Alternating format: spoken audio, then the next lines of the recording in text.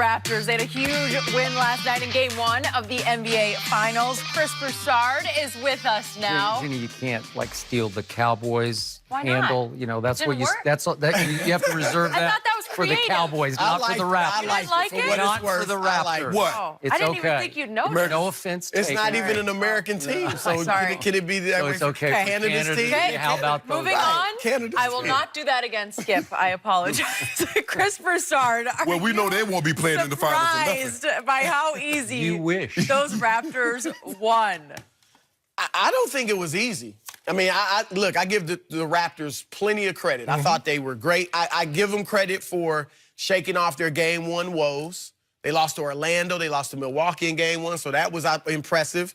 The big stage did not bother them. I mean, all these guys, Van Fleet and Gasol, who had, even though Gasol's a vet, they'd never been on this stage. It clearly wasn't too big for them, so give them credit.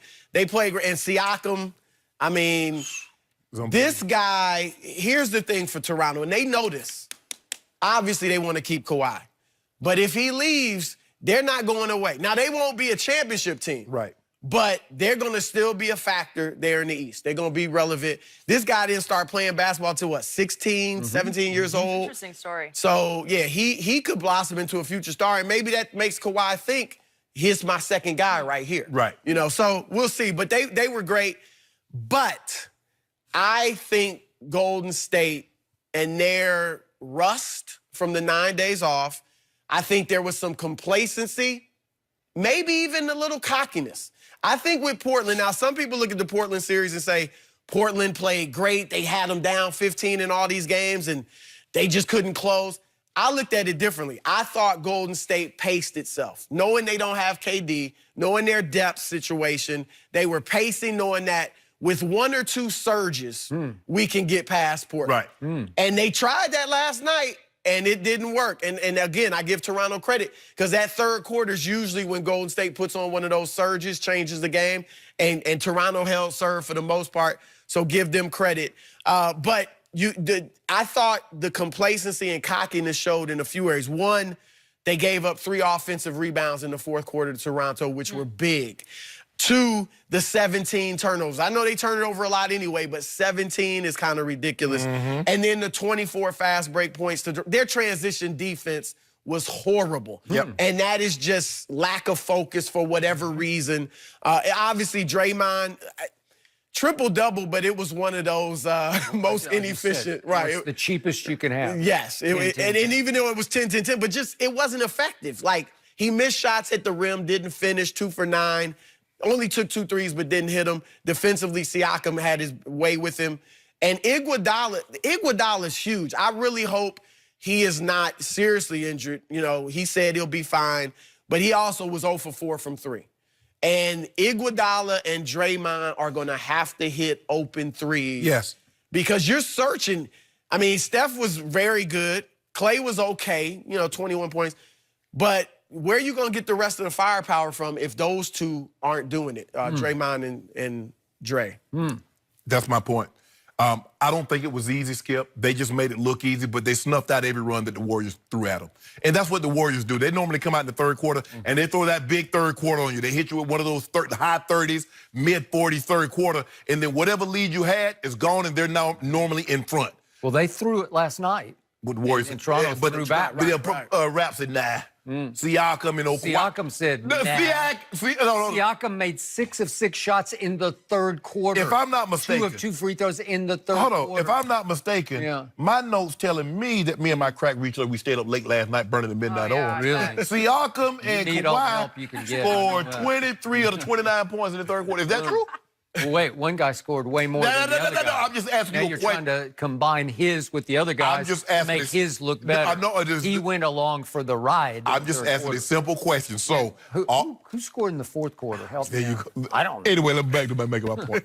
And Chris, and I was telling Skip this earlier, without that third score, because when they were struggling to shoot 30% in the first quarter, you got a tall guy, got a 7-foot guy. Hey, bro. Get down the block, go get us a bucket. Let's quell some of this. They don't have that now. Boy, his stock is rising fast. His stock never did. That's how it works. Oh, hold on.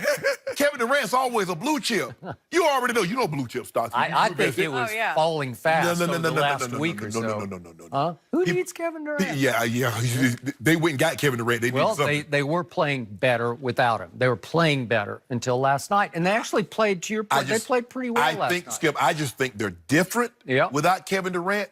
But in a 7-game series, if that rascal is healthy, he makes them unbeatable. Okay. Because with the way they were struggling last night, even if you got 17 turnovers, you got that guy, he still go get you 30 with 17 turnovers. So that's the difference. The question is, Steve Kerr is running out of bodies. Who's going to give him Iguodala minutes? Who's going to give him Kevin Durant scoring?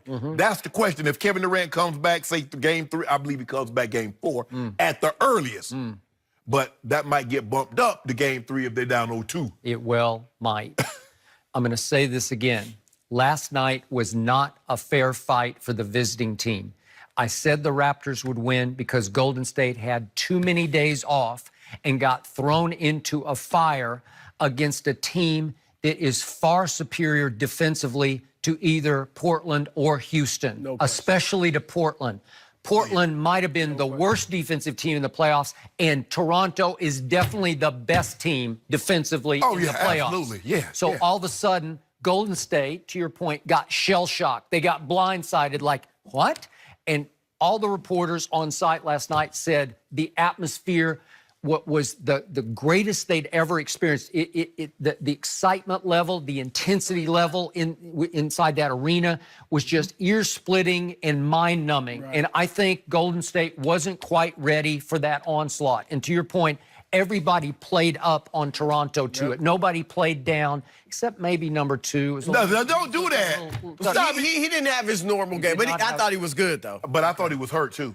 And he played through that. We got the hurt excuse going already. Skip, you saw the man, Chris. It's all you got. It's all you got. Here, what all the, like, Charles Barkley, Isaiah Thomas, all those ex-players, they said when you're dealing with tendonitis, sometimes you can just come down and out of nowhere. Oh, wow. And you kind of can shake it off and all that eventually, but it's there. It reminds you that it's there. By the way, I want to declare early, Dak Prescott has tendonitis in his knee. I want everybody to know, so if he has a bad game next year, he's got tendonitis. In fact, it's in both knees and both ankles. He's got tendonitis. Just for the record, so if he has a bad game, I got 4 excuses. Is that fair? First of all, I just wanted to declare that. First of all, quarterbacks can play with tendonitis because they're not running backs is going to be a problem. Wide receivers would be a problem. My quarterback runs the football.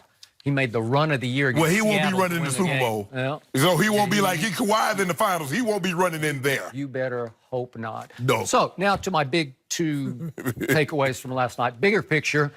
I'm here to say once again, as I keep saying for the last month, number 2 sure has a lot of help. I don't think it's all his show because last night, Siakam was just flat out special is what he was.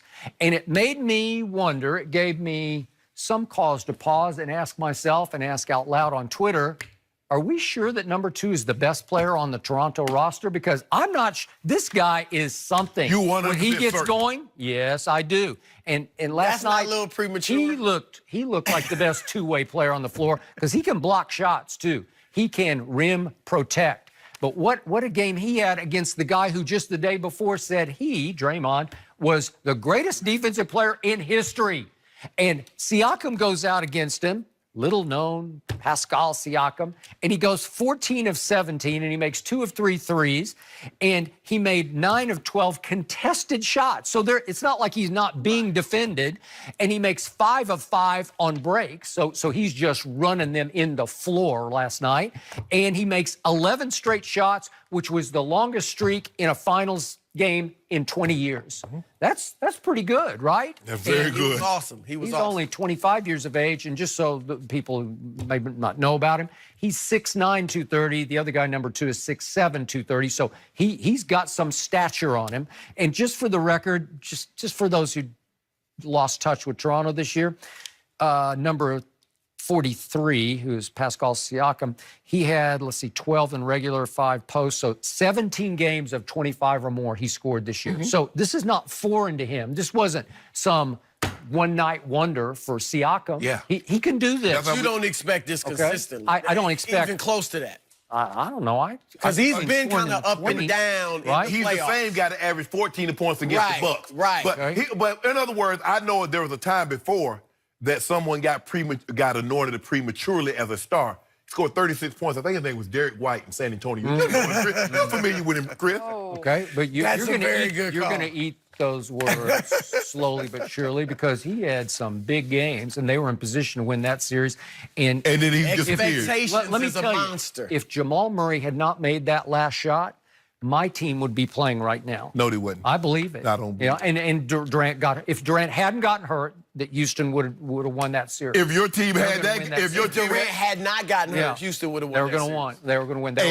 And guess what? Yeah. If your Spurs had that guy, Jamal Murray could have made 100 shots, and San Antonio would have been playing. We did have that guy 2 years ago, and he quit. He got injured. He quit for 73 games. He would not play. So who needs that guy? You do. Y'all do. Y'all need. Do y'all want to go back to the finals? Do you like going to the finals? Need him. Wait till DeJounte Murray comes back with Derek White, and let's see how that goes next year. You wait, you watch. DeJounte Murray, DeJounte Mustard, I don't care. He's not Kawhi. And you know, and Chris told me the other day that number 2 has answered all my challenges. Well, I challenge him in game 2 because game 1, I know this guy. Game 1, the lights got a little too bright and hot for a Finals MVP. Yeah.